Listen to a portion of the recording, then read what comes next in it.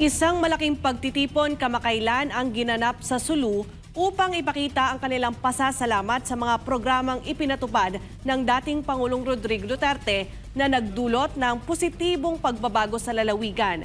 Si Almar Fersuelos sa report. Naniniwala si Nur Raiz Umar, isang youth leader at co-convener ng Paguli Budi FPRRD na ang dating Pangulong Duterte ay may malalim na koneksyon sa mga tausug, hindi lamang bilang leader kundi bilang isang kasapi ng kanilang komunidad. And apart from that, siya yung nagdala ng solusyon.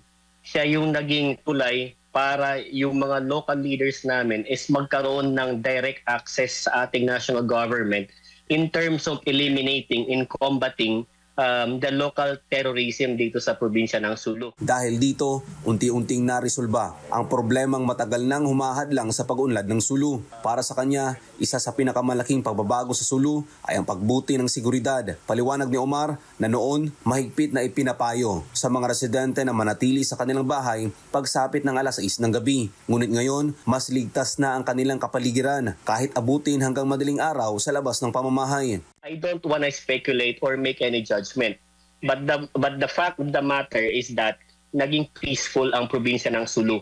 Some would even call it a miracle because for all those years in the past, Sulu has been labeled as a terrorism, as a province with an overwhelming presence of terrorist group. Para sa maraming residente, ang katahimikan ngayon sa Sulu ay tila isang himala. Matagal nang kilala ang lalawigan bilang isang lugar na may mataas na presensya ng mga teroristang grupo. Ngunit sa panahon ng administrasyon ni Duterte, naging mas malinaw ang commitment ng pamahalaan na supuin ang terorismo at pasimulan ang pag-unlad sa lugar.